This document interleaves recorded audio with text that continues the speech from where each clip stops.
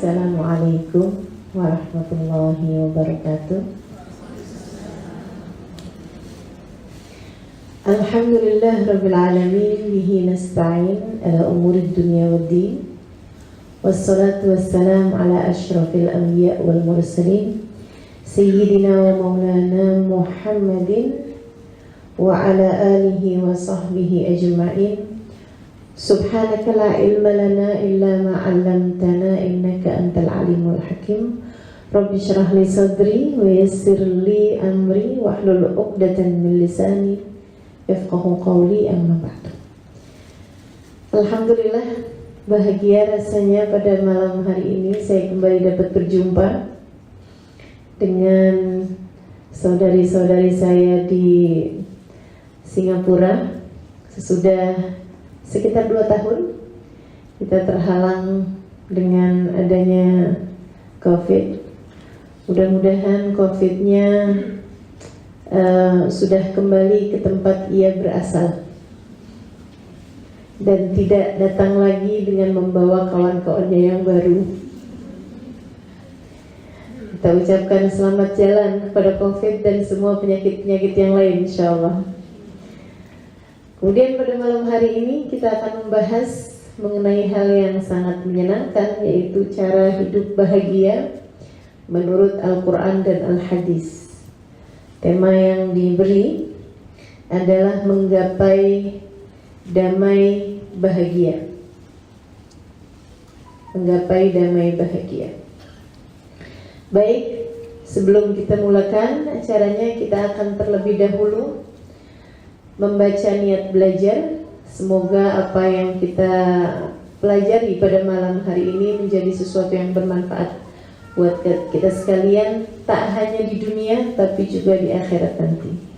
Tak hanya untuk kita sendiri saja, kan, tetapi juga untuk semua kerabat-kerabat kita, keluarga kita, dapat bermanfaat untuk umat Islam secara keseluruhan, insyaAllah. Kawan-kawan boleh ikuti apa yang saya baca. Bismillahirrahmanirrahim. Nawaitu ta'allum wa ta'lim wal naf'a wal intifa' wal mudzakarah wa tadhkir wal ifadah wal istifadah wal hitha 'ala at-tamassuk bi kitabillah wa sunnati rasulillah sallallahu alaihi wa alihi wa sallam wa du'a ila al-huda wa dilalata 'ala al-khair ibtigha'a mardati wa qurbih wa thawabih wa husnil khatimah ma'al lutfi wal afiyah wa salahil akibah birahmatika ya arhamar rahimin. Ila hadratin Nabi Muhammad sallallahu alaihi wasallam wa alihi washabihi wa azwajihi wa ahli baiti wa sallam jami'al anbiya wal mursalin kulli ajma'in. Wa ila arwahi arbatil a'immatil mujtahidin muqallidin fid din ulama amilin fuqaha al-muhaddisin wal qur'an mufassirin wa sadatis sufiyatil muhaqqiqin ajma'in. Anna Allah yaghfir lahum wa yarhamuhum wa ya'li darajatihim fil jannah wa yanfa'una barakatihim wa asrarihim wa anwarihim wa ulumihim wa nafahatihim fid din wad dunya wal akhirah. Al-Fatihah.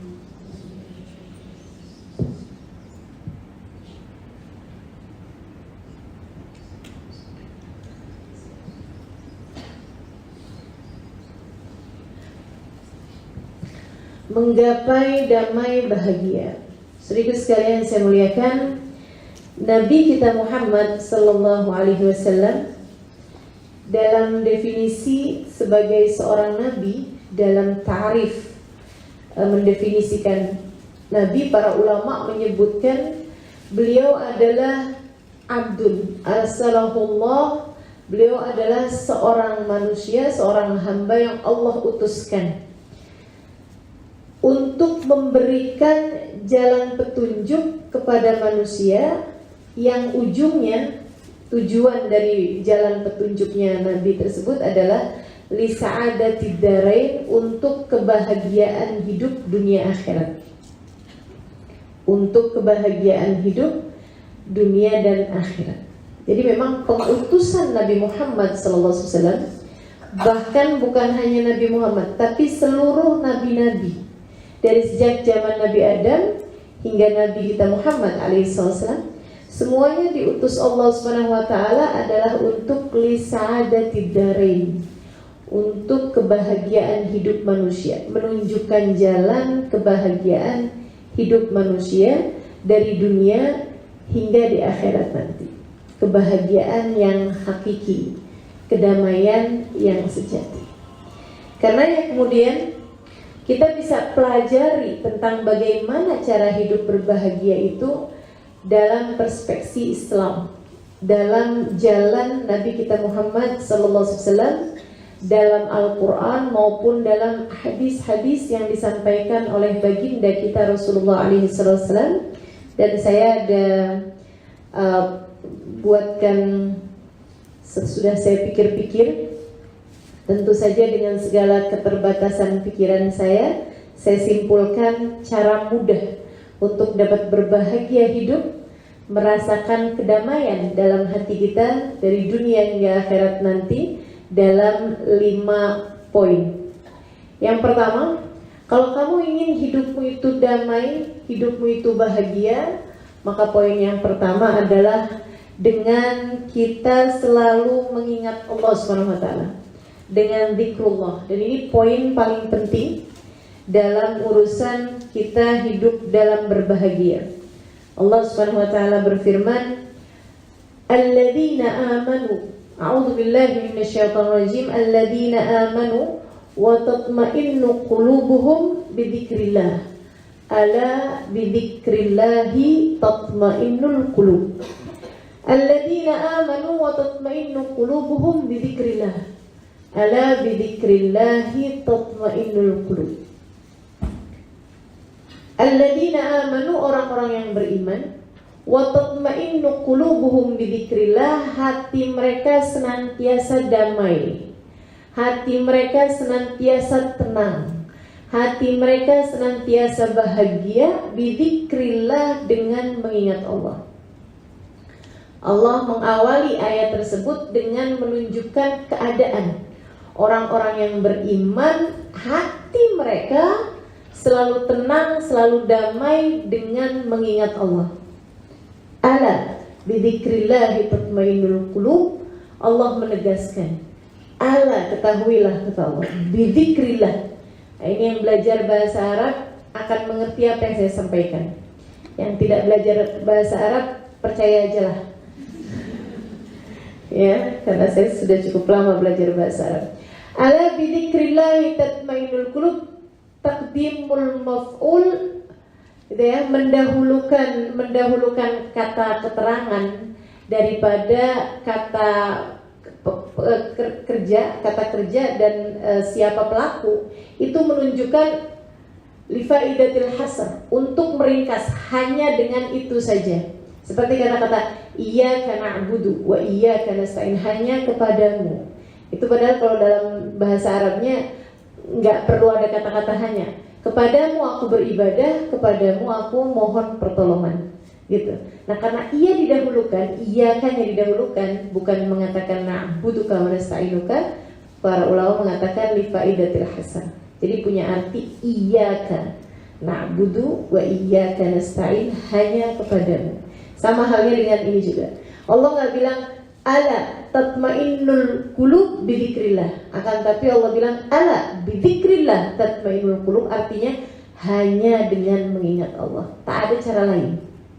Tak ada cara lain untuk membuat hati tenang seperti mana zikrullah, seperti mana mengingat Allah SWT. Hanya dengan mengingat Allah, hati manusia akan merasa tenang. Teman-teman sedikit sekalian yang saya muliakan, apa yang dimaksud dengan zikrullah?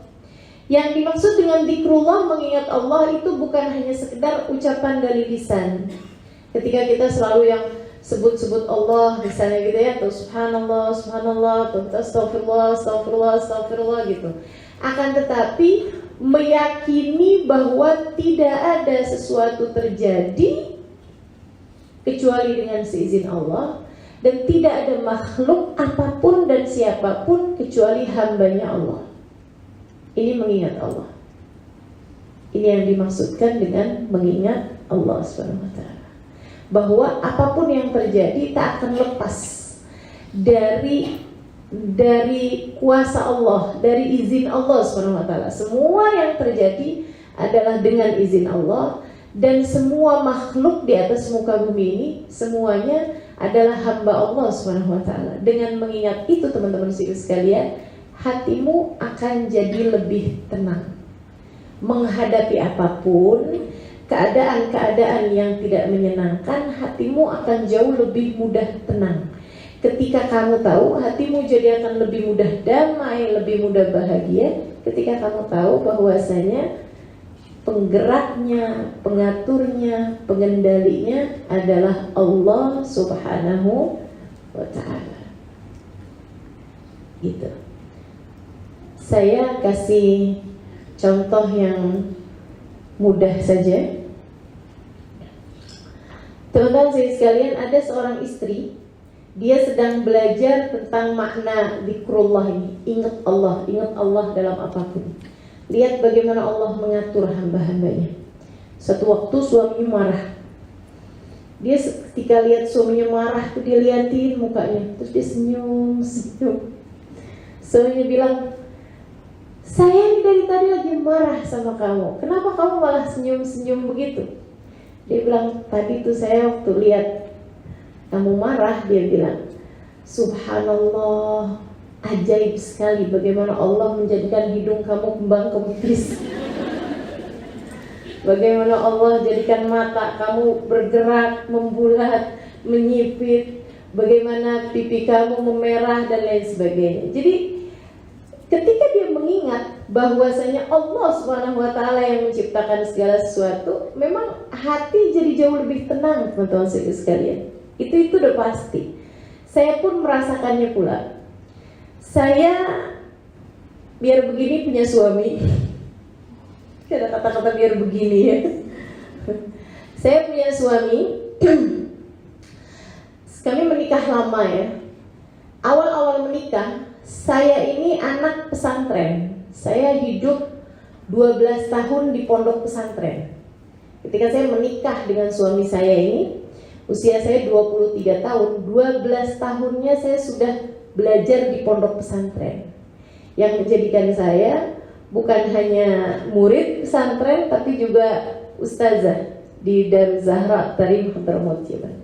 Saya mengajarkan fikih 4 madhab. Sementara suami saya, jangankan belajar di pondok pesantren, ikut daurah pesantren yang sebentar itu pun tak pernah gitu.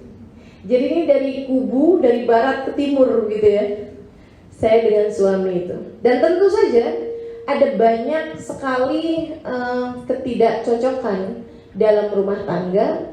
Dan kalau saya sama suami ada permasalahan, misalnya adu argumen, perdebatan dan sebagainya gitu ya, dia marah gitu, saya selalu berpikir, memang dia aja yang bisa marah, saya juga. Dan kalau saya pikir-pikir sekarang, kesian sekali suami saya itu. Dulu kalau dia marah aja. Kalau saya jawabin marah dia, saya pakai ayat, pakai hadis. Betapa sangat tertekan sekali kehidupannya ya. Dimarahin sama istri bawa ayat, bawa hadis begitu ya. Biasanya kalau dia pas marah begitu, dia akan keluar dari rumah, sesekali juga dengan tutup pintunya keras-keras begitu kan. Kemudian dia pergi gitu. Saya tak lama biasanya dijemput untuk majelis talim, untuk pergi majelis. Pernah satu waktu saya datang ke majelis, saya harus bahas ayat, bahas hadis. Hadisnya, ayyuma imra'atin batat wa zawjuha 'alaiha sakit la'anathal malaikah hatta tusbih.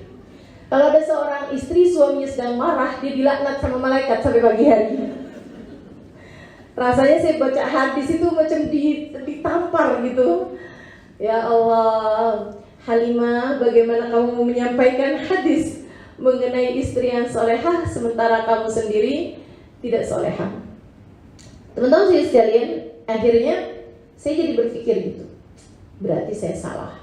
Nanti kalau dia marah lagi, saya tak akan jawab gitu. Satu waktu dia marah lagi, saya diam aja. Terus dia tanya, kenapa kamu diam? Saya bilang, saya jawab salah, sekarang saya diam juga salah. Dia bilang, kamu tuh diam, tapi muka kamu tuh semuanya jawaban. Muka kamu tuh semuanya protes gitu. Subhanallah. Satu hari dia bicara seperti ini, kamu kan ustazah, kamu biasa menyampaikan, orang mendengarkan. Tidakkah kamu pernah berpikir bahwa bisa jadi teguran yang saya sampaikan kepadamu adalah pesan-pesan untuk kamu lebih mendengarkan gitu? Siapa lagi yang akan menyampaikan pesan kepada kamu Halimah kalau bukan saya? Siapa lagi yang akan membenarkan kamu, membenahi kamu kalau bukan saya? Saya lama gitu mikir, terus saya pikir, subhanallah, betul sekali gitu. Bisa jadi apa yang disampaikan suami saya adalah pesan-pesan yang Allah hendak sampaikan untuk saya. Mulai hari itu kalau suami saya marah, saya dengarnya sebagai pesan-pesan dari Allah SWT untuk saya. Ternyata dia marahnya malah tidak lama, dan malah tambah jadi semakin jarang aja ya. Sekarang saya rindu dengan kemarahan. Gitu. Jadi kalau dia marah gitu kan, kamu kenapa begini gitu? Kenapa kamu kurang perhatian Halimah? Saya bilang, iya betul sekali tuh. Saya tuh sulit sekali untuk memperhatikan terhadap hal-hal yang saya anggap hal-hal yang remeh gitu. Gimana caranya, saya bilang, kasih tahu saya. Subhanallah, dan dengan cara itu kemarahannya kemudian menjadi sedikit gitu. Saya melihatnya sebagai pesan-pesan yang Allah SWT hendak sampaikan kepada saya. Teman-teman saya sekalian, bukan hanya kepada suami, tapi saya belajar untuk melakukan hal yang seperti ini. Bahwa setiap berjumpa dengan orang, apapun yang mereka lakukan, apapun yang mereka perbuat, adalah merupakan pesan-pesan yang Allah SWT hendak sampaikan kepada saya. Berjumpa dengan siapapun, tak ada orang lain, tak ada tempat asing, sebab semua jengkal bumi adalah milik Allah, dan semua manusia adalah hamba-hamba Allah Subhanahu wa Ta'ala. Hati kita jauh lebih tenang ketika kita melihat suami kita sebagai pena berkelok, ya, sebagai tulisan yang dituliskan oleh pena berkelok, dan pena itu dipegang oleh Allah Subhanahu wa Ta'ala. Ketika kita lihat anak kita sebagai hambanya Allah, ketika kita lihat siapapun sebagai hamba Allah Subhanahu wa Ta'ala, kita lihat ibu suami kita sebagai hamba Allah, kita lihat saudara suami kita sebagai hamba Allah, kita lihat saudara-saudari kita semuanya adalah hamba Allah SWT, hati kita jauh lebih tenang, hati kita jauh lebih damai, hati kita jauh lebih berbahagia. Ingat, semua adalah dari Allah, semuanya milik Allah Subhanahu wa Ta'ala. Semua milik Allah, kita hanya perlu untuk selalu berbuat baik kepada semua hamba-hamba Allah Subhanahu wa Ta'ala. Baik, jadi itu yang pertama, zikrullah. Kita harus selalu mengingat Allah Subhanahu wa Ta'ala. Yang berikutnya, kalau kamu ingin hidupmu berada dalam bahagia, hatimu selalu berada dalam damai, ya, kamu harus selalu taat pada Allah Subhanahu wa Ta'ala. Lakukan taat pada Allah. Iya, kita hidup dalam keadaan taat. Kenapa begitu? Sebab hal-hal yang tidak menyenangkan dalam kehidupan kita, teman-teman, hal apapun yang datang tidak menyenangkan kita rasa dalam hidup kita, itu seringkali adalah disebabkan karena perbuatan-perbuatan dosa-dosa kita. Kata Allah Subhanahu wa taala, "Wa ma asabakum min musibah fabima kasabat aydikum wa ya'fu an katsir." Dalam surat Asy-Syura ayat 30, Allah Subhanahu wa taala mengatakan, tidak ada apapun yang menimpa kepada kalian, apapun musibah yang menimpa kalian disebabkan karena dosa yang kalian perbuat. Wa ya'fu an katsir, dan Allah Subhanahu wa taala memaafkan dari kebanyakan dosa-dosa. Nah, ada banyak di antara dosa-dosa itu ketika Allah tidak mengampuninya darimu, tapi Allah menginginkan kamu naik derajatnya, Allah kemudian berikan hal-hal yang tidak menyenangkan dalam kehidupan. Sakit misalnya, ditinggalkan orang yang kita cintai misalnya, dihina orang misalnya, kemiskinan misalnya, kesulitan keuangan misalnya. Banyak di antara hal-hal tidak menyenangkan dalam kehidupan kita itu disebabkan karena perbuatan dosa kita sendiri, teman-teman sekalian. Begitu ya. Bahkan Nabi Allah Yunus alaihissalam, bersama dengan bahwa para nabi itu tidak melakukan dosa-dosa ya, dalam artian kalau itu dilakukan oleh manusia yang lain, tentu saja itu merupakan bukan bagian dari dosa. Tapi karena para nabi itu kan tingkat pembelajarannya dari Allah Subhanahu wa taala memang luar biasa tinggi, sehingga Allah menganggapnya sebagai sebuah kesalahan bagi Nabi Allah Yunus bin Matta. Nabi Yunus, teman-teman sekalian, beliau berdakwah di satu kota, kemudian beliau merasa, kenapa nih warga kota saya ini tidak ada yang beriman. Mereka baik pada Nabi Yunus tapi tidak beriman. Mereka hormat pada Nabi Yunus tapi setiap kali diajakin dakwahnya nggak mau. Nabi Yunus kemudian memutuskan untuk pergi meninggalkan kaumnya. Dan karena apa yang dilakukan oleh Nabi Yunus itulah Allah SWT kemudian semacam menghukum Nabi Yunus gitu ya. Semacam menghukum Nabi Yunus dengan melemparkannya ke dalam perut ikan. Maka seringkali dalam kehidupan kita itu Allah SWT melemparkan kita ke dalam perut-perut musibah, ke dalam tempat-tempat yang kita merasanya menderita, kita merasanya merana, kita merasa susah di dalam keadaan tersebut. Dan itu disebabkan karena kamu keluar dari tanggung jawab, karena kamu berbuat sesuatu yang melanggar aturan Allah SWT, karena kamu melakukan sesuatu yang tidak diinginkan oleh Allah SWT untuk kamu lakukan. Karenanya orang yang hidupnya selalu berada dalam jalan taat, mereka cenderung lebih damai hatinya, teman-teman sekalian. Karena memang Allah SWT tidak menurunkan, tidak perlu merasakan, tidak perlu memberikan kepada orang tersebut penderitaan. Dia sudah berada dalam jalan taat gitu.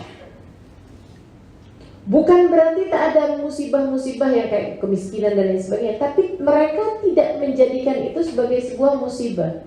Karena memang masalah musibah ini kan tergantung perspektif ya, tergantung cara berpikir. Tapi maksud saya seperti ini, orang yang hidupnya selalu berada dalam jalan taat, Allah SWT mengaruniakan kepadanya kedamaian hati, teman-teman sekalian.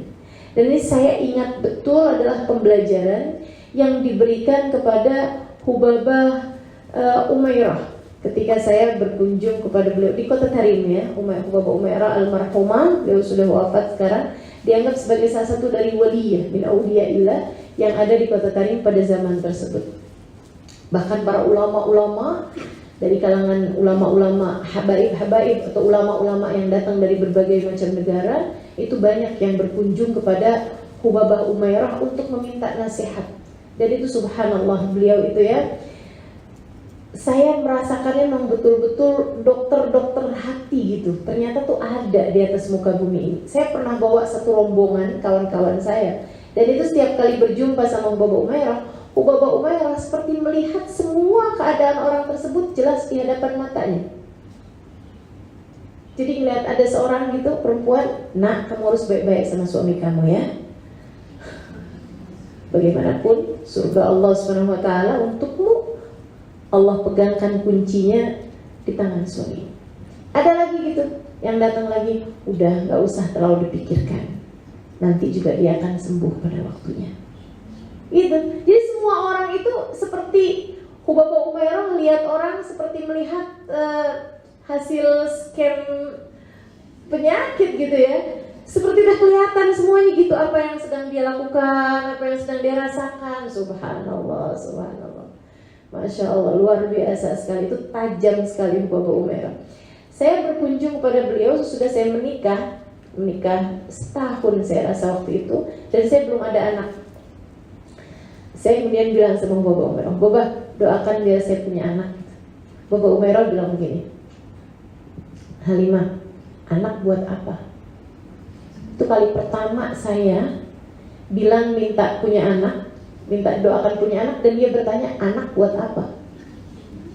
Ibu-ibu saya tanya, yang pada kepengen punya anak gitu, "Anak buat apa?"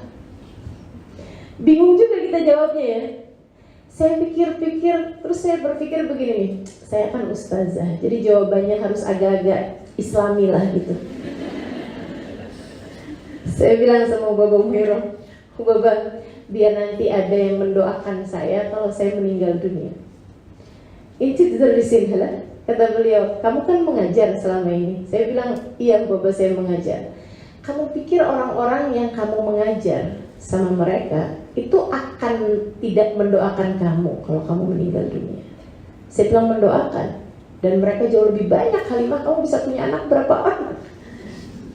Jadi mendengarkan kamu kajian di mana-mana sangat banyak mereka akan mendoakanmu, nak.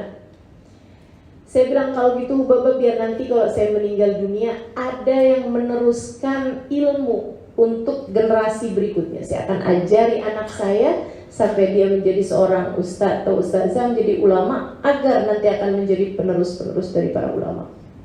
Katanya Hubaba Umairah, "Lah kamu selama ini kan juga mengajar." Mereka akan menyampaikannya lagi, Halimah, berapa banyak yang nantinya juga jadi ustaz, jadi ustazah, jadi dai, kamu akan terus mendapatkan nilai pahalanya. Saya pikir-pikir, ya udahlah, jujur aja lah.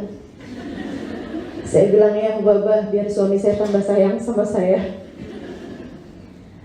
Kata Hubaba, "Kamu gak pernah lihat suami-suami yang meninggalkan istrinya padahal punya banyak anak?" Iya juga sih. Berarti kan itu pemikiran kita aja gitu. Hubaba Umairah kemudian berkata seperti ini, "Halimah, saya sejak kecil selalu berdoa kepada Allah. Sejak saya kenal Allah, sejak saya hidup dalam taat pada Allah, sejak saya menghamba kepada Allah Subhanahu wa taala, sejak saya kenal Allah Subhanahu wa taala, saya selalu berdoa, ya Allah, jangan sibukkan aku dengan selainmu." Oh, ini doa kelas berat ini. Jangan sibukkan aku dengan selainmu, ya Allah. Sehingga sekalian yang saya muliakan, beliau berkata, saya dari belia Halimah, ketika saya mulai kenal Allah Subhanahu wa taala, saya selalu berdoa, ya Allah, jangan sibukkan saya dengan selainmu. Saya kemudian melihat kawan-kawan saya mulai menikah.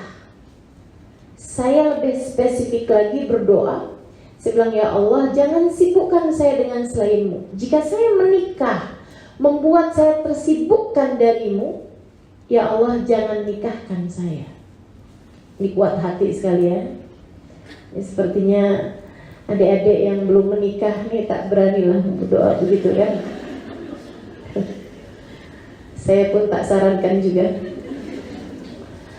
Beliau berkata seperti itu, ya Allah, jika Engkau tahu kalau saya menikah akan membuat saya tersibukkan dengan selainmu, jangan nikahkan saya. Tapi ternyata Allah berikan kepada saya jodoh. Allah pertemukan saya dengan laki-laki. Jadi saya tahu setelah saya menikah, ternyata menikah tidak membuat saya tersibukkan dari Allah, akan tetapi kami boleh mengerjakan taat kepada Allah bersama-sama. Dia bilang sejak hari itu doa saya berubah lagi. Ya Allah, jangan sibukkan saya dengan selainmu. Jika engkau tahu bahwa kehadiran anak akan menyibukkan saya dengan selainmu, jangan beri anak pada saya. Dan Allah tak berikan anak pada saya, Halimah. Saya tahu bahwa saya kalau diberi anak mungkin akan tersibukkan dengannya. Nak, hidup ini terlalu sibuk sekarang. Ada berapa banyak urusan dunia yang harus kamu selesaikan. Kamu harus makan, kamu harus tidur. Jadi berapa persen waktu taatmu pada Allah Subhanahu wa taala menjadi berkurang.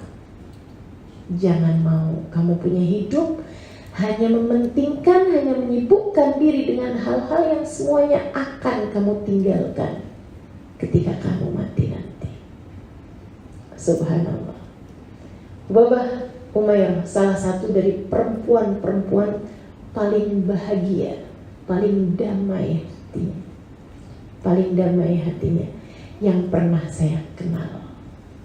Beliau hidup dalam taat pada Allah Subhanahu wa taala, menit per menitnya, waktu per waktunya. Seribu sekalian saya muliakan, demikian pula dengan para wali-walinya Allah Subhanahu wa taala.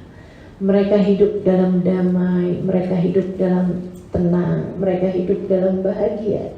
Kenapa? Karena mereka menjalankan hidup sesuai dengan apa yang Allah SWT inginkan. Mereka hidup dalam taat pada Allah SWT. Dalam salah satu hadis qudsinya Allah SWT mengatakan, ya abdi anta turidu ana urid. Wahai hambaku, kamu punya mau, saya punya mau. Jika kamu melakukan apa yang aku mau, aku akan berikan apa yang kamu mau. Dan aku selamatkan kamu terhadap apa yang aku mau. Jika kamu tidak melakukan, tidak ridho, tidak melakukan apa yang aku mau, aku akan membuatmu lelah dalam kemauanku, dalam takdirku, dan tak akan yang terjadi, tak akan ada yang terjadi kecuali apa yang aku mau. Maka jadilah hamba yang Allah mau, taatlah kepadanya, Allah SWT akan memberikan apa yang kita mau. Teman-teman sekalian, hiduplah dalam taat pada Allah Subhanahu wa taala, sebab dosa itu adalah menjadi penyebab kesusahan hidup kita. Nah, sekarang permasalahannya, dosa-dosa yang terlanjur kita buat bagaimana nih? Dosa-dosa yang sudah terlanjur kita buat, akhirnya sebab dosa-dosa itu hidup kita jadi susah. Sebab dosa-dosa itu Allah SWT mau menghapuskan dosa kita dengan cara Allah kasih sakit, Allah kasih kesulitan hidup, Allah kasih kemiskinan, Allah kasih penderitaan-penderitaan, sehingga akhirnya kemudian luka-luka hati kita semakin tambah teruk, kemudian perasaan kita semakin tidak tenang, kebahagiaan kita semakin jauh, kita pun kena penyakit-penyakit macam-macam pula dari penyakit-penyakit pikiran. Teman-teman sekalian, kalau kamu mau dosa-dosa yang dulu-dulu kamu pernah perbuat tidak menjadi penyebab Allah Subhanahu wa taala menurunkan apa yang tidak menyenangkan dalam kehidupanmu, mulailah untuk meminta ampun terhadap dosa-dosa yang sudah kita perbuat. Kullukum khata'un, kata Nabi Muhammad SAW.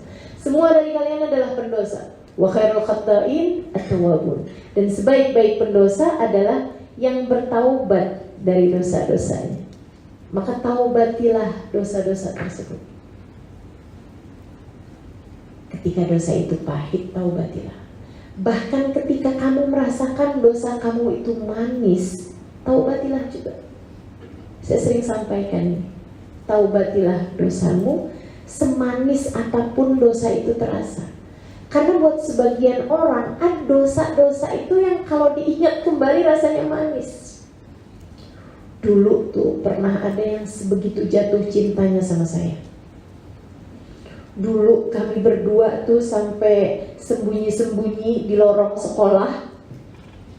Kami berpacaran misalnya gitu. Dia mengingatnya itu dengan rasa manis gitu. Sayyidina Ibnu Abbas mengatakan, teman-teman saya sekalian, dosamu ketika kamu mengingatnya, meskipun sudah setahun, 2 tahun, 10, 20 tahun berlalu, kamu mengingatnya dengan rasa senang, kamu mengingatnya dengan rasa suka, kamu mengingatnya dengan rasa senang gitu. Oh, saya dulu pernah pacaran, saya dulu pernah ada laki-laki yang sebegitu jatuh cintanya sama saya sampai dia pernah berkata bahwa dia tak mampu hidup tanpa saya. Meskipun ternyata itu terbukti tidak benar ya.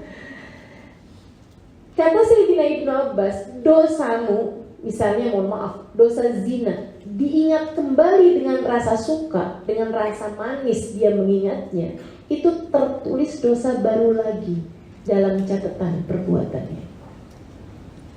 Ta'udzubillah. Maka taubatilah dosa. Semanis apapun dosa tersebut, teman-teman saya sekalian, agar menjadi penghapus dari dosa-dosa yang telah kita perbuat.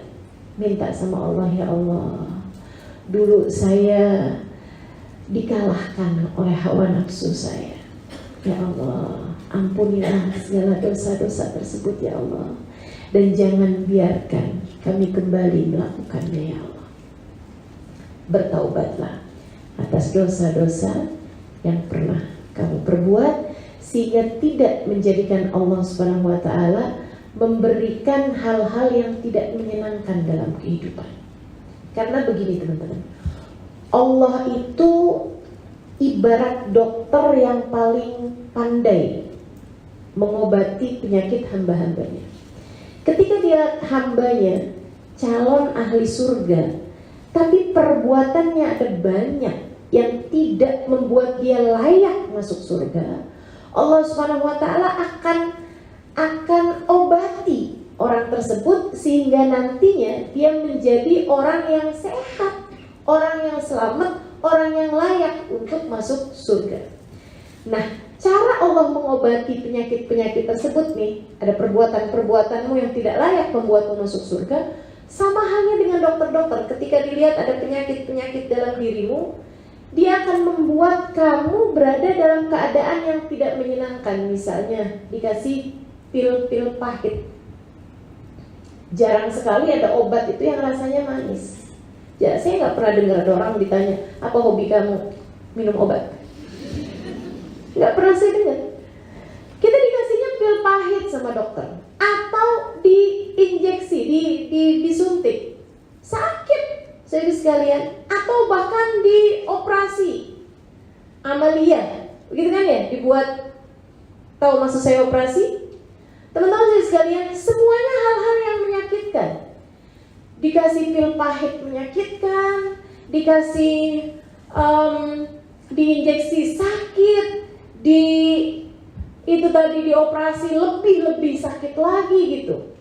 Tapi ketika kita diberi hal-hal yang seperti itu, kita tahu bahwa dokter ini melakukan hal yang seperti itu adalah untuk menyehatkan kita, untuk membuat badan kita kuat, untuk membuat kita naik kesehatannya. Maka kita pun berterima kasih kepada dokter tersebut.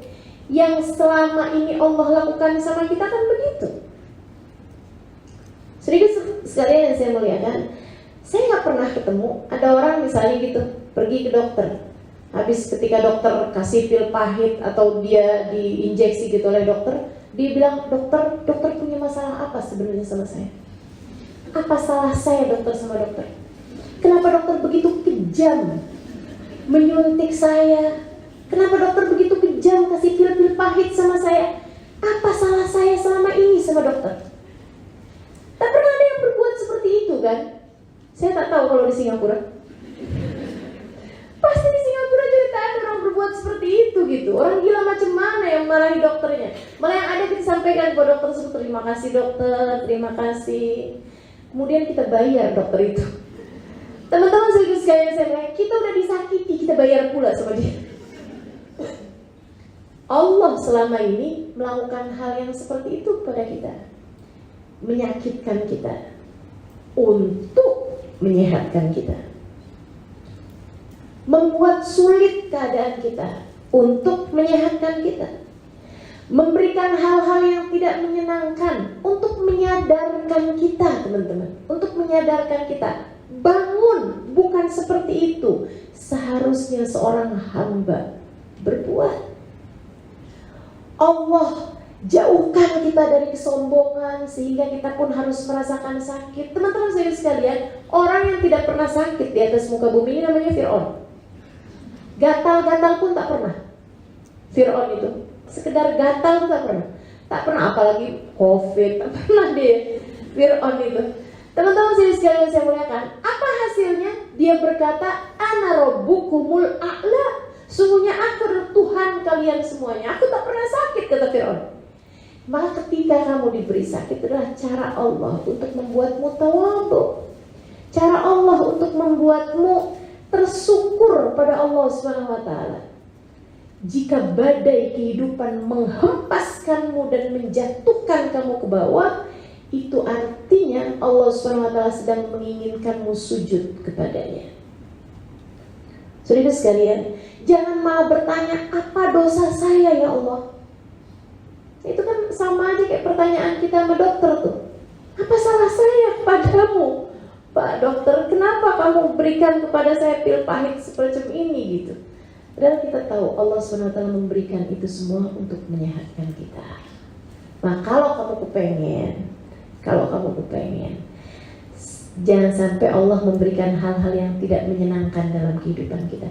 Biar kita hidup selalu bahagia itu. Biar kita hidup hati kita tenang terus-terusan. Biar hidup kita dalam keadaan hati kita damai terus-terusan. Tinggalkanlah dosa dan bertaubatlah dari dosa-dosa yang lalu. Taubatilah dosa-dosamu. Menangislah kepada Allah Subhanahu wa ta'ala. Ya Allah, ampunilah aku. Ya Allah, ampunilah hamba-Mu ini ya Allah. Begitu banyak dosa-dosa yang telah hamba perbuat di atas muka bumi ini. Jika Engkau hendak memperhitungkan satu dosa saja, rasanya mungkin tak akan ada orang yang mau berada di samping saya.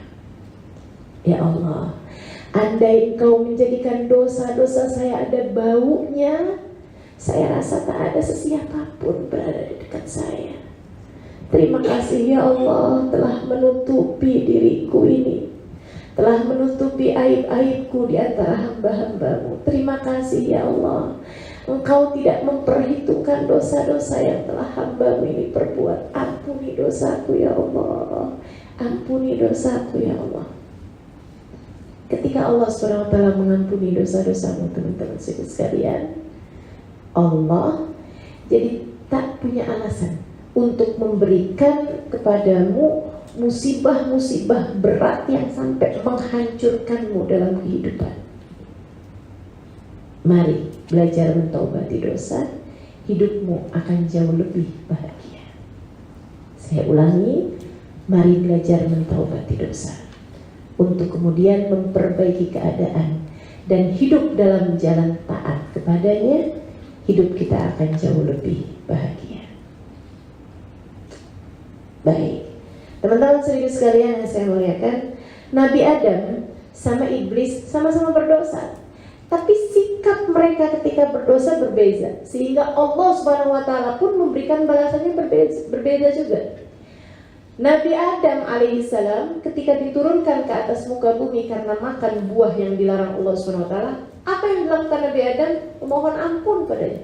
Rabbana zalamna anfusana wa illam taghfir lana wa tarhamna lanakunanna minal khasirin. Nabi Adam tak nyari pembelaan, tak mencari pembenaran. Nabi Adam tak protes pada Allah Subhanahu wa taala, ya Allah, saya melakukan itu kan karena saya pikir bla bla bla bla. Tak ada. Langsung Nabi Adam ketika diturunkan ke atas muka bumi dikasih hal yang menyakitkan kepada Nabi Adam, yaitu turunnya Nabi Adam ke atas muka bumi. Nabi Adam berkata, Rabbana zalamna anfusana wa illam taghfir lana wa tarhamna lanakunanna minal khasirin. Ya Allah, kami telah berbuat dosa. Wa illam taghfir lana, jika Engkau tidak mengampuni kami. Wa tarhamna, jika Engkau tidak menyayangi kami ya Allah, lanakunanna minal khasirin, pastilah kami termasuk di antara orang-orang yang celaka. Nabi Adam mentaubati dosanya. Apa yang terjadi? Allah memuliakannya, Allah menjadikannya khalifatan fil ardh, Allah menjadikannya salah satu dari nabi-nabinya Allah Subhanahu wa ta'ala. Saudara sekalian saya muliakan, iblis pun juga diperintahkan Allah Subhanahu wa ta'ala untuk sujud kepada Nabi Adam. Kemudian iblis tak mau sujud kepada Nabi Adam. Ketika Allah Subhanahu wa ta'ala menegurnya, "Ya iblis, ma mana'aka an tasjuda id amartu." Wahai iblis, kenapa kamu tak mau sujud kepada Adam padahal aku yang perintahkan? Aku memintamu taat untuk sujud kepada iblis, untuk sujud kepada Adam, tapi kamu tak mau melakukannya. Wahai iblis, apa yang membuatmu seperti itu? Dia mencari-cari kebenaran. Iblis bilang, "Ana khairun minhu." Aku lebih baik daripada Adam. Padahal ini kan jelas-jelasan salah. Kata Allah, aku kan yang perintahkan. Selama ini kamu selalu berbuat taat kepadaku. Karena kamu berusaha untuk mendekat padaku, kamu berusaha untuk mengerjakan taat. Ini sekarang taatmu adalah dengan sujud kepada Adam, karena aku yang perintahkan. Dia cari pembenaran. Dia tidak melihat Allah sebagai amir, sebagai sang pengatur, sang perintah, gitu ya. Akan tapi dia melihatnya kepada Adamnya. Sujud kepada Adam. Ana khairun minhu, saya lebih baik daripada Adam. Khalaqtani min nar. Cari-cari dalil. Ya Allah, Engkau menciptakan dia dari api, sementara Engkau menciptakan aku dari api, sementara Engkau menciptakan dia dari tanah. Api lebih manfaat daripada tanah. Tanah diinjak-injak ya Allah. Api bisa membakar sesuatu. Api lebih bermanfaat daripada tanah. Ini kan pemikiran-pemikiran iblis nih teman-teman, yang mencari-cari pembenaran-pembenaran. Kata guru kami Sayyidina Habib Umar bin Hafid, orang tuh kalau berbuat dosa dan dia bukan orang-orang soleh, biasanya kalau dosa yang dia lakukan itu, kalau yang misalnya ditegur gitu ya, kamu telah berbuat dosa gitu, diberi nasihat oleh orang lain. Kalau yang menegur itu adalah orang yang tidak soleh, dia akan kembalikan gitu. Dia bilang, Allah, kamu bisa bicara seperti itu, kamu juga begini. Kalau yang menegur itu orang yang baik, orang yang soleh, ustadz atau ustazah misalnya, memang orang-orang yang soleh, dia akan mencari teman-temannya. Bukan cuma saya kok yang berbuat seperti ini. Kita seringkali ketika berbuat dosa, kita merasa bahwa semua orang sedunia melakukan hal yang sama. Kenapa saya harus bertaubat dari dosa-dosa saya? Misalnya, ada berapa banyak kebohongan yang keluar dari lisan kita? Ada berapa banyak ghibah yang keluar dari lisan kita? Ada banyak hal-hal yang kita lakukan dalam kehidupan kita yang salah-salah, dan kita merasanya seperti yang tak harus mentaubati dosa tersebut karena semua orang pun melakukannya. Kita kalau dibilang misalnya, kenapa kamu deket-deketan sama seorang laki-laki yang bukan mahram kamu gitu? Nah, semua orang melakukannya. Semua orang melakukannya. Itu kita seolah-olah semacam pembenaran bahwa itu adalah bukan sesuatu hal yang dosa. Dan bisa jadi itu merupakan penyebab Allah SWT murka kepada kita. Seperti yang Allah lakukan kepada iblis. Ketika iblis cari-cari pembenaran, Allah SWT bilang, "Fakhruj minha fa innaka rajim." Keluarlah kamu wahai iblis dari neraka, dari surga, fa innaka rajim, sungguhnya kamu adalah makhluk yang terkutuk. Maka teman-teman sekalian, belajarlah untuk mentaubati dosa-dosa sebelum kita dilemparkan ke dalam perut-perut musibah, atau kita dilemparkan dari tempat mulia surga menuju kepada tempat kehinaan. Kalau kamu hidupnya pengen selalu berbahagia, selalu berada dalam damai, selalu berada dalam ketenangan, taubatilah dosa dan belajarlah untuk hidup dalam taat pada Allah Subhanahu wa ta'ala. Baik, sedikit sekalian saya muliakan yang selanjutnya. Yang selanjutnya, kalau kita ingin hidup kita adalah hidup yang selalu berbahagia, selalu damai, selalu tenang, ya. Ini juga poin yang tidak kalah pentingnya. Ridha dan terima dengan apapun saja keputusan Allah Subhanahu wa ta'ala. Tenangkanlah dulu hatimu. Yang kamu anggap musibah, seringkali itu adalah berkah. Yang kamu anggap sebagai hal yang tidak menyenangkan, bisa jadi Sebenarnya itu adalah cara Allah Subhanahu wa Ta'ala untuk menghindarkanmu dari hal yang lebih buruk lagi. Berusahalah untuk selalu ridho dan terima dengan apapun saja yang jadi keputusan Allah Subhanahu wa Ta'ala, maka akan tenanglah hidupmu. Saudara sekalian saya muliakan, jangan suka bandingkan hidupmu sama orang lain. Jangan suka lihat pencapaian orang lain untuk kamu membandingkannya dengan dirimu sendiri. Itu penyebab ketidakbahagiaan kamu selama ini. Sebenarnya Allah tidak pernah meninggalkanmu, teman-teman. Coba kamu ingat-ingat, Allah tidak pernah meninggalkanmu. Allah sampai dengan sekarang selalu memberi kita makan. Allah sampai dengan sekarang selalu memberi kepada kita pakaian. Allah selama ini tak pernah kurang-kurang memberikan kenikmatan kepada kita. Kalau kamu merasa kurang, itu bukan karena kurang Allah memberi kepada kamu, tapi karena kamu merasakan itu kurang dibandingkan dengan orang-orang lain yang kamu lihat. Mungkin di media sosial, mungkin di tempat kamu tinggal, padahal semua orang mengalami proses kehidupannya masing-masing. Semua orang mengalami proses kehidupannya masing-masing. Jangan pernah bandingkan pencapaian-pencapaian kamu dengan pencapaian orang lain. Atau misalnya begini, saya suka bilang gitu ya, sekecil apapun rezekimu akan cukup untuk membiayai hidupmu. Sebanyak apapun pendapatanmu, rezekimu, tak akan cukup jika itu untuk membiayai gaya hidupmu. Bukan begitu? Kalau yang kamu kejar adalah gaya hidup, teman-teman saudara sekalian, tak akan pernah cukup. Kamu punya berapa dolar sekalipun, ribuan, ratusan ribu dolar sekalipun, tak akan pernah cukup kalau untuk membiayai gaya hidupmu. Akan tetapi kalau untuk membiayai hidupmu sesedikit apapun, saya rasa cukup aja. Selama ini apa juga Allah tak pernah kurang-kurang memberi kepada kita.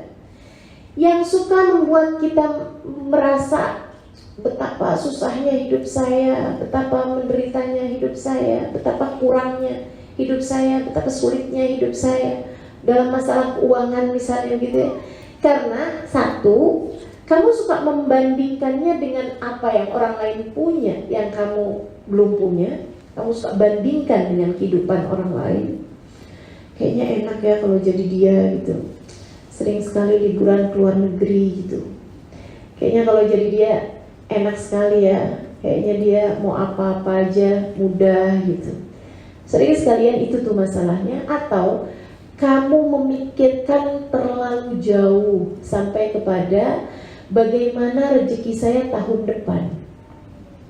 Ada seseorang datang ke saya, Ustazah doakan ya Ustazah, saya sedih sekali, saya susah sekali.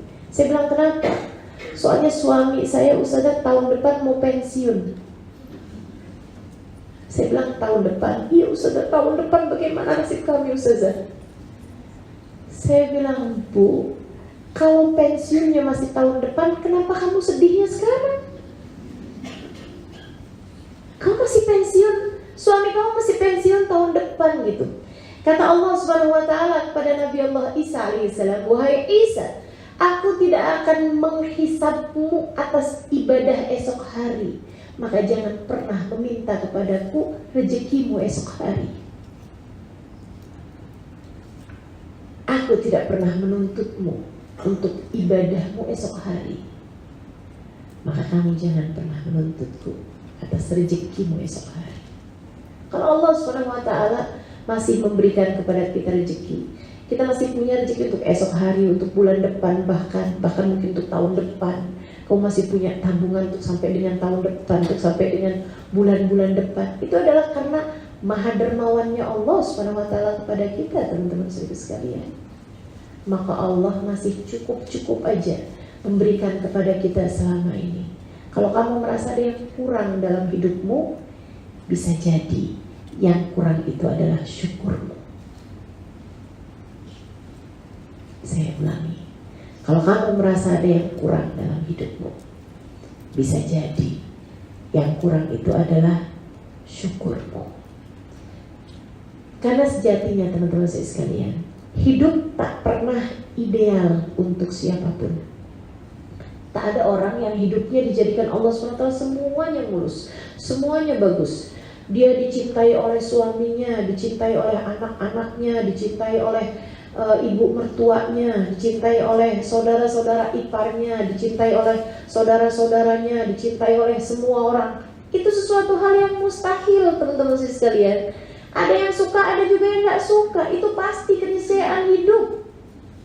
Kamu tidak bermasalah dengan suamimu, bisa jadi ada yang tidak suka dari keluarganya, ada yang tidak suka dari saudaranya. Itu hal yang lumrah-lumrah aja, biasa aja.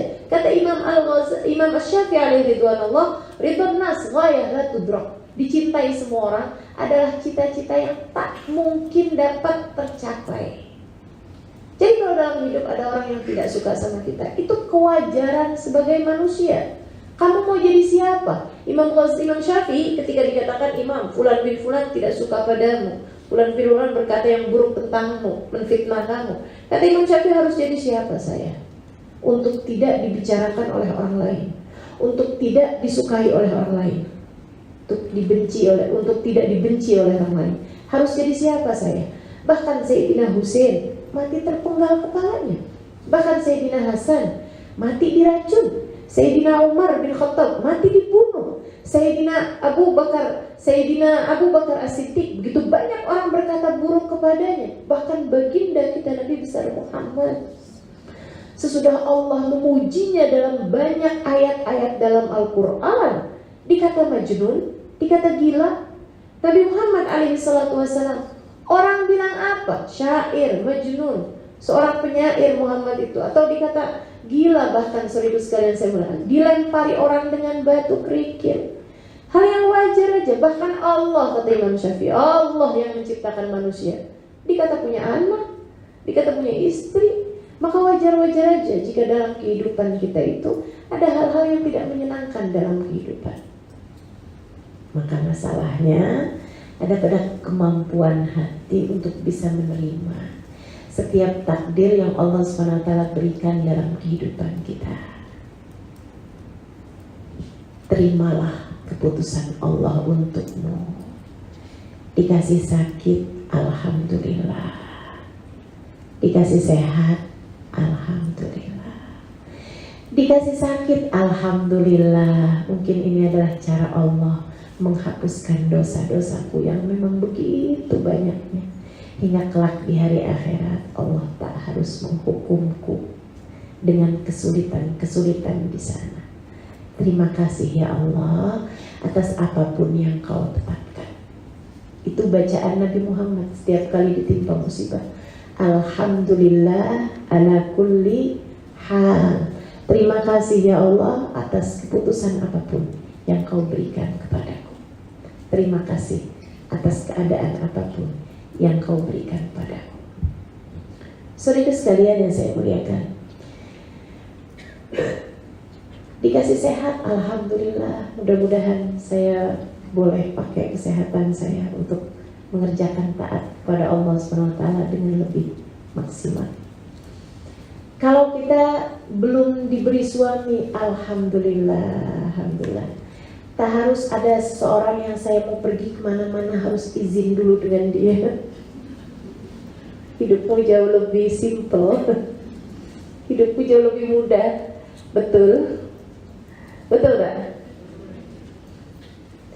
Kalau kamu diberi suami, alhamdulillah, Allah telah mudahkan saya untuk menempuh surga lewat jalan taat padanya. Kamu diberi suami yang cakep, alhamdulillah, saya tak usah susah-susah nonton film Korea buat cari yang cakep-cakep. Cukup dengan tonton suami aja. Begitu mudahnya hati saya berbahagia, kan begitu ya. Kalau dikasih suami jelek, alhamdulillah, tak susah jaganya. Tak ada yang mau sama dia. Ya, alhamdulillah. Jadi sekalian, keadaan apapun aja itu yang terbaik yang Allah Subhanahu wa taala berikan dalam kehidupan kita. Percayalah. Seribu sekalian, percayalah. Allah tuh seringkali gitu memberikan kepada kita kesulitan-kesulitan untuk memberi kepada kita, untuk memberi kenikmatan-kenikmatan lebih sesudahnya. Allah Subhanahu wa taala seringkali, yaitu tadi semacam dokter-dokter itu ya, menyuntikkan suntikan gitu ke badan kita, menyakiti kita, padahal sejatinya sedang menaikkan derajat kita di sisinya, sedang memudahkan kehidupan kita, sedang menyehatkan kita. Maka selalulah ridho dengan apapun yang menjadi keputusan Allah Subhanahu wa taala. Dalam keadaan apapun Allah menempatkan kita, yakinlah bahwa itu adalah hal terbaik yang Allah Subhanahu wa taala berikan dalam kehidupan kita. Ingat teori dari tukang pembangun batu bata. Saya rasa saya pernah ceritakan di Singapura. Ada seseorang membangun satu tembok dengan menyusun batu-batu bata, 200 batu bata. Habis selesai dia bangun, dia merasa senang gitu. Dia bilang, wah sudah terbangun nih. Ada satu kawannya bilang, siapa nih yang bangun tembok ini? Dia bilang, saya. Bagus kan? Dia bilang, apa bagus? Ini 2 batu bata ini miring. Dia lihat, betul. Ya ampun, itu kenapa kok bisa jadi miring? Mungkin waktu bangun itu saya ingat sama hutang saya barangkali. Kok bisa jadi miring? Dia setiap kali lewat di tembok tersebut, dia lihat batu bata yang miring itu. Sampai dia pamit kepada yang punya bangunan. Dia bilang, boleh tak saya hancurkan tembok ini, wall ini ya, dinding ini. Dia bilang, kenapa kamu mesti menghancurkannya? Karena dia bilang, karena saya bangun 2 batu bata ini ada yang miring gitu, jadi nggak enak dilihat. Dia bilang, jangan, udah biarin aja. Tapi sedih itu, tiap kali lihat sedih. Satu waktu ada kawannya yang lain lewat di tembok tersebut, terus dia bilang gitu, siapa yang bangun batu bata ini, tembok ini? Dia bilang, saya yang bangun dinding ini. Dia bilang, kenapa kok? Dia bilang, bagus temboknya. Dia bilang, enggak, ada 2 batu bata ini yang miring. Dia bilang, kamu sudah memasang berapa batu bata di sini? Dia bilang, 200 batu bata. Kalau kamu punya yang miring 2, artinya kamu telah membangun 198 yang bagus. Dia bilang, subhanallah, fokus saya kepada yang miring membuat saya lupa bahwa saya telah memiliki 198 yang bagus. Ini yang sering terjadi dalam kehidupan kita, teman-teman. Kita sering kali fokus kepada yang susah-susahnya, lupa betapa banyak kenikmatan yang Allah SWT berikan kepada kita. Ada 198 kenikmatan lain yang terlupa untuk kita syukuri. Bagaimana mungkin fokus semuanya kepada 2 yang sedang tidak menyenangkan dalam kehidupan kamu?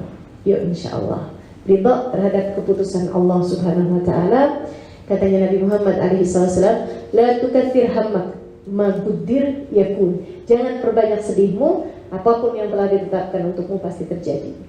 Wa ma turzaq ya'ti, dan apapun yang akan dirizkikan kepadamu pasti akan sampai kepadamu. Dah, tenang aja.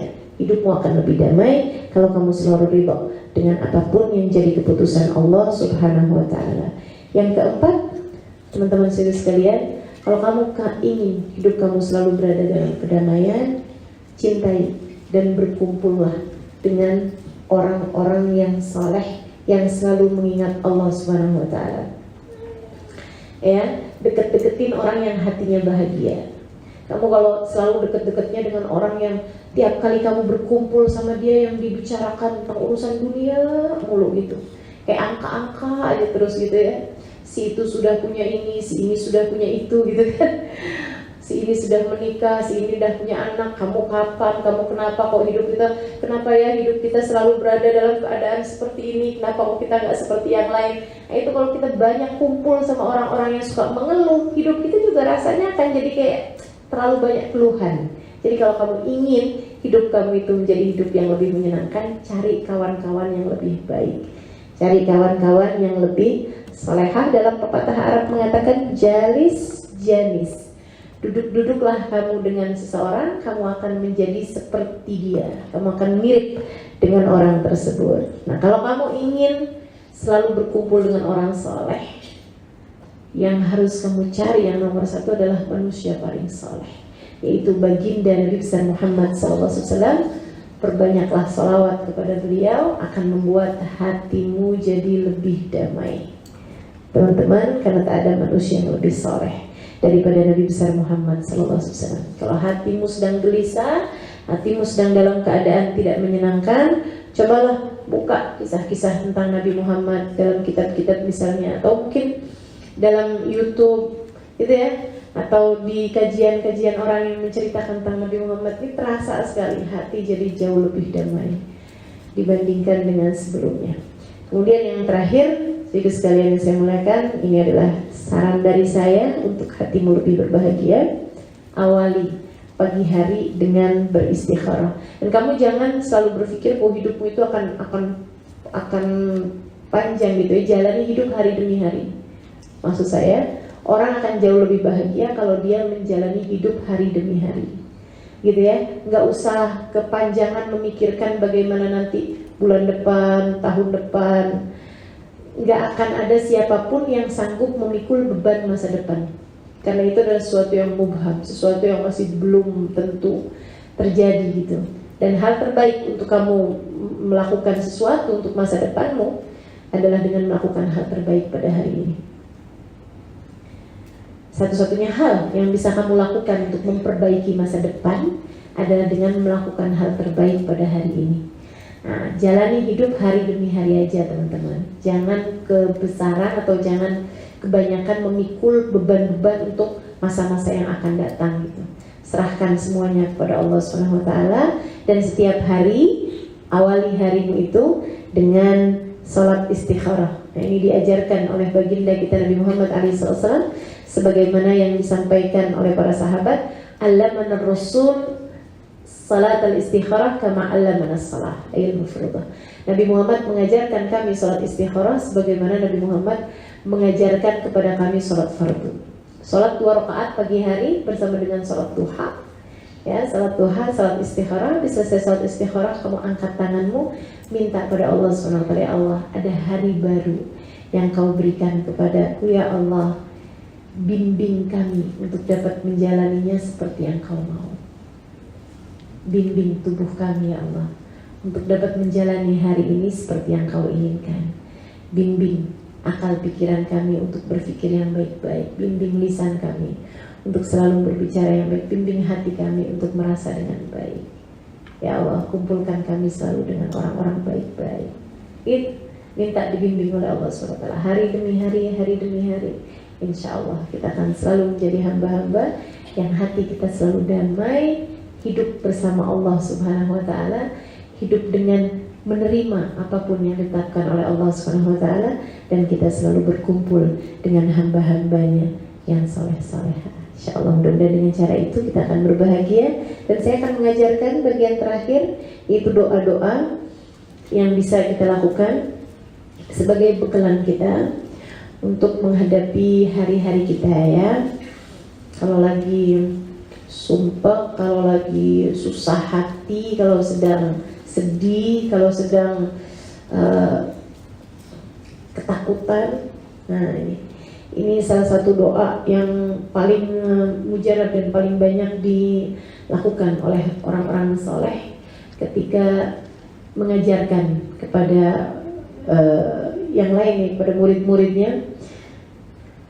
Doa yang ini adalah doanya Nabi Allah Yunus alaihissalam ketika beliau berada dalam perut ikan.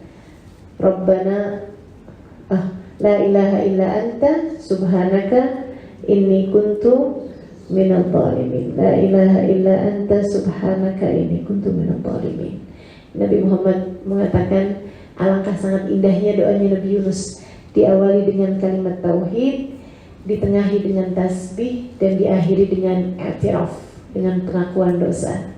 Diawali doanya dengan kalimat tauhid, la ilaha illa anta, ditengahi dengan di tengah-tengahnya ada kalimat tasbih, dan diakhiri dengan i'tiraf, pengakuan terhadap dosa. La ilaha illa anta subhanaka inni kuntu minadh dhalimin. La ilaha illa anta subhanaka inni kuntu minadh dhalimin. Tidak ada Tuhan selain Engkau ya Allah. Ini untuk kita memantapkan hati kita bahwa semuanya adalah takdir Allah Subhanahu wa taala. Semuanya adalah keputusan Allah Subhanahu wa taala untuk kehidupan saya. Saya harus menerimanya dengan lapang dada. Terima kasih ya Allah. Terima kasih ya Allah atas apapun yang Kau tetapkan pada diriku. Subhanaka, maha agung Engkau ya Allah. Maha suci Engkau ya Allah, maha agung Engkau ya Allah. Engkau selalu tahu yang terbaik bagi hamba-hambamu. Inni kuntu minadh dhalimin. Kalau ada yang hal-hal yang tidak menyenangkan, ini adalah disebabkan karena hamba ini yang telah banyak melakukan perbuatan-perbuatan dosa. Gitu ya. La ilaha illa anta subhanaka inni kuntu minadh dhalimin. Baca banyak-banyak, terutama di saat hati sedang dalam keadaan sedih. Dan waktu terbaik membacanya adalah saat-saat menjelang fajar, saat-saat menjelang subuh, saat-saat menjelang adzan subuh. Ini dibaca menjadi saat-saat paling mustajab dari kita membaca doa ini. InsyaAllah Allah Subhanahu wa taala akan angkat semua kesedihan-kesedihan kita. Dan hati kita akan jauh lebih damai, hati kita akan jauh lebih bahagia. Ingatkan diri bahwa kamu tidak pernah sendirian. Ada Allah Subhanahu wa taala bersama denganmu, dan apapun yang terjadi adalah dari kehendak Allah Subhanahu wa taala. Kemudian yang berikutnya ya. Yang berikutnya adalah bacaan yang diminta Allah Subhanahu wa taala untuk kita kalau berdoa, doanya baik yang seperti ini nih, kata Allah. Ya, وَمِنْهُمْ مَنْ قَالَ رَبَّنَا آتِنَا فِي الدُّنْيَا فَلَيْسَ لَهُ فِي الْآخِرَةِ مِنْ خَلَقٍ وَمِنْهُمْ مَنْ قَالَ رَبَّنَا آتِنَا فِي الدُّنْيَا حَسَنَةً وَفِي الْآخِرَةِ حَسَنَةً وَقِنَا عَذَابَ النَّارِ أُولَئِكَ لَهُمْ نَصِيبٌ مِّمَّا كَسَبُوا وَاللَّهُ سَرِيعُ الْحِسَابِ. Surat Al-Baqarah ayat 201. Kata Allah, sebelumnya Allah menyindir hamba-hambanya kalau minta sesuatu, kalau doa minta sesuatu hanya minta kesenangan dunia saja. Wa minhum man qala rabbana atina fid dunya. Ini bikin sumpah hati nih. Ini bikin sedih hati teman-teman, bikin sempit hati, bikin tidak nyaman hati. Orang yang fokusnya selalu kepada urusan-urusan dunia. Allah minhum man qala rabbana atina fid dunya. Ada di antara hamba-hambaku yang kalau berdoa mintanya, Allah kasih saya di dunia, saya begini, kasih saya dunia, saya Allah, kasih saya ya Allah, kasih saya. Selalu yang diminta urusan-urusan dunia, terus-terusan. Minta uang aja gitu. Umur udah sekian ya, udah 50-60 tahun, kalau minta sama Allah minta uang aja. Kan malu, Masya Allah, gak belajar-belajar juga. Kesenangan itu bukan semata urusan uang, gitu kan. Itu kata Allah SWT, ada tuh hambaku yang kalau minta urusan dunia aja. Yang seperti ini, فَلَيْسَ لَهُ فِي الْآخِرَةِ مِنْ خَلَقٍ. Khawatirnya dia datang ke negeri akhirat, dia tak punya apa-apa. Jadi mestinya bagaimana ya Allah? Minhum man qala rabbana atina fid dunya hasanah wa fil akhirati hasanah wa qina adzabannar. Di antara hamba-hambaku yang mengerti urusan sehingga dia minta untuk dunia dan untuk akhirat. Apa yang dia minta bukan asal kesenangan. Yang dia minta adalah hasanah, kebaikan dunia yang membawa kebaikan akhirat. Itu yang dia minta. Jadi kalaupun minta jodoh misalnya gitu, tak asal jodoh, tak asal laki-laki. Akan tapi yang diminta dari Allah, saya minta dipertemukan dengan jodoh yang membawa kebaikan bagi saya dunia hingga akhirat. Kalau dia minta keturunan, ya Allah anugerahkan kepada saya keturunan yang membawa kebaikan bagi saya dunia hingga akhirat. Jadi ketika tidak diberi, ya mungkin karena kesenangan atau kebahagiaan dia itu adalah tidak lewat keberadaan anak tersebut. Kebaikan bagi dia itu tidak lewat anak tersebut. Dan kalau tidak diminta jodoh, tidak diberi jodoh, ya berarti juga kebaikan dia itu adalah dengan tidak berjodoh di dunia gitu. Berjodohnya di akhirat. Mungkin kamu akan menikah dengan ulama-ulama yang tidak sempat menikah waktu di dunia ya. Fil akhirati hasanah wa qina adzabannar. Dan jauhkanlah kami ya Allah dari adab neraka. Ini juga salah satu doa yang kita mesti minta pada Allah Subhanahu wa taala untuk Allah anugerahkan kepada kita kebahagiaan dan kedamaian dunia hingga akhirat. Kemudian berikutnya doa yang lainnya adalah salawat ini teman-teman. Ini seperti yang tadi saya sampaikan, kalau kamu ingin hidup kamu itu berada dalam keadaan hati yang lebih damai, lebih bahagia, dekat-dekatlah dengan Nabi Muhammad SAW. Dan salah satu cara mendekat kepada Nabi Muhammad adalah dengan banyak bersolawat kepada beliau. Dan ini adalah solawat yang diijazahkan oleh putri beliau kepada saya, ya. Ketika saya berkunjung ke tempat beliau, ini solawat dari Habib Saleh bin Muhsin Al-Hamid, salah satu dari aulia yang ada di kota Tanggul. Tanggul itu di Jawa Timur, Jember tepatnya. Kabupatennya Jember dan provinsinya Jawa Timur. Salah satu ulama terkemuka pada masa tersebut dan memang diakui keilmuannya di merata tempat. Nah, ini beliau menuliskan satu solawat yang kalau diamalkan insya Allah akan menjadikan hati jauh lebih berbahagia, ya. Bacanya 10 kali setiap habis sholat boleh, atau kapan-kapan waktu aja, gitu. Salawatnya bunyinya Allahumma shalli ala sayyidina Muhammad salatan taghfiru bihal dzunub wa tuslihu bihal qulub wa tantaliqu bihal usub wa talinu bihas su'ub wa ala alihi wa sahbihi wa man ilaihi mansub. Ya Allah, sampaikanlah salawatmu pada junjungan kami Sayyidina Muhammad sallallahu alaihi wasallam dengan sebuah salawat taghfiru bihal dzunub yang membuat dosa-dosa kami Kau ampuni, ya Allah. Tuslihu bihal qulub, dan membuat hati kami menjadi jauh lebih saleh, jauh lebih bersih, jauh lebih pantas untuk turun hujan rahmatnya Allah dalam hati kita, yang bisa bikin bagus hati kita. Selawat ini kami mengharapkan bisa buat bagus kami punya hati, ya Allah. Wa tantaliqu bihal usub, dan bisa membuat lancar apapun yang menggumpal, apapun yang sulit, apapun yang terikat jadi lancar semuanya dengan berkat salawat ini. Wa talinu bihas su'ub, dan menjadi lunak apapun yang keras, termasuk mungkin hati suami kita, hati anak-anak kita, gitu. Ya, wa ala alihi wa sahbihi wa man ilaihi mansub. Salat juga kepada keluarga beliau, para sahabatnya, dan semua orang-orang yang bernasab kepada Nabi Muhammad SAW. Ini salawat ini saya rasakan sebagai salah satu dari bacaan-bacaan yang ampuh, untuk bacaan-bacaan yang manjur, ya, mujarab, untuk bisa menghilangkan kesumpekan-kesumpekan, kesedihan-kesedihan, dan rasa-rasa yang tidak menyenangkan yang datang dalam kehidupan kita. Kemudian yang berikutnya lagi, yaitu doanya Nabi Ya'qub alaihissalam, ashku bathi wa huzni ilallah wa a'lamu minallahi ma la ta'lamun. Innama ashku bathi wa huzni ilallah, gitu ya. Ashku bathi wa huzni ilallah, sampai situ aja. Hanya kepada Allah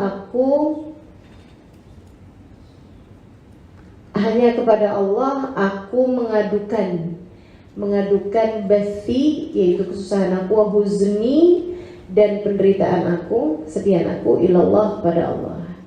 Aku hanya mengadukan kesusahanku dan penderitaanku pada Allah SWT. Jadi juga salah satu cara untuk dapat berdamai dengan keadaan adalah mengadukannya kepada Allah SWT. Tapi bukan mengadukan dalam arti tidak terima sama keputusan Allah, justru sebaliknya adalah dengan kita menjadi dekat dengan Allah Subhanahu wa Ta'ala. Ya Allah, aku mengadukan kepadamu betapa tidak mampunya aku menghadapi diriku, betapa selalu kalahnya aku menghadapi hawa nafsuku, ya Allah. Yang dekat sama Allah Subhanahu wa Ta'ala, teman-teman, itu adalah jalanmu untuk mendapatkan kemudahan kehidupan. Dan yang terakhir, ya, yang terakhir ada lagi. Yang terakhir itu tadi, ya, kita selalu beristikharah, dan juga salah satu dari kemudahan juga adalah untuk membaca Yasin setiap pagi hari. Ada hadisnya, man sarruhu an yusur tula yaumihi fa'alihi biqiraat Yasin. Siapa yang kepengen dibahagiakan hatinya, dimudahkan urusannya sepanjang hari, hendaklah dia membaca surat Yasin. Gitu. Kalau kita baca awal Yasin pagi hari itu biasanya urusan-urusan jadi jauh lebih mudah sepanjang hari tersebut. Baik, itu mudah-mudahan jadi bekalan kita untuk, nah ini dia, awali pagi dengan istikharah dan baca surat Yasin, mohon bimbingan kepadanya, gitu ya. Teman-teman sekalian saya muliakan, itu dia, mudah-mudahan Allah SWT selalu memberikan kepada kita kebaikan-kebaikan insyaallah dan membahagiakan hati kita, mendamaikan, mentenangkan hati kita insyaallah. Mudah-mudahan Allah SWT selalu memberikan yang terbaik bagi kehidupan kita ini. Kita minta, kita akhiri majelis kita dengan kita membaca surah Al-Fatihah. Kita minta pada Allah SWT semoga Allah menjadikan ilmu kita pada malam hari ini jadi ilmu yang bermanfaat, ilmu yang membuat kita tahu apa yang harus kita pikirkan, bahwa segalanya telah ditetapkan oleh Allah SWT. Kita menerimanya dengan lapang dada, bahwa apapun yang Allah SWT tetapkan adalah yang terbaik yang Allah berikan kepada kita. Tetaplah husnudzon kepada Allah SWT, tetaplah bersyukur kepada Allah SWT. Jangan fokus kepada hal-hal tidak menyenangkan yang datang dalam kehidupan kita. Selalulah fokus kepada kebaikan-kebaikan yang selama ini Allah SWT berikan. Maafkan orang-orang yang berbuat salah padamu, minta maaflah atas segala dosa-dosa yang pernah kamu perbuat selama ini, karena seperti yang tadi saya sampaikan, dosa-dosa seringkali membuat Allah SWT menurunkan musibah yang tidak menyenangkan pada kita. Semoga kita dapat mengamalkannya. Ala hadiniyah bi kunyatin salihah ila hadratin Nabi. Al-Fatihah.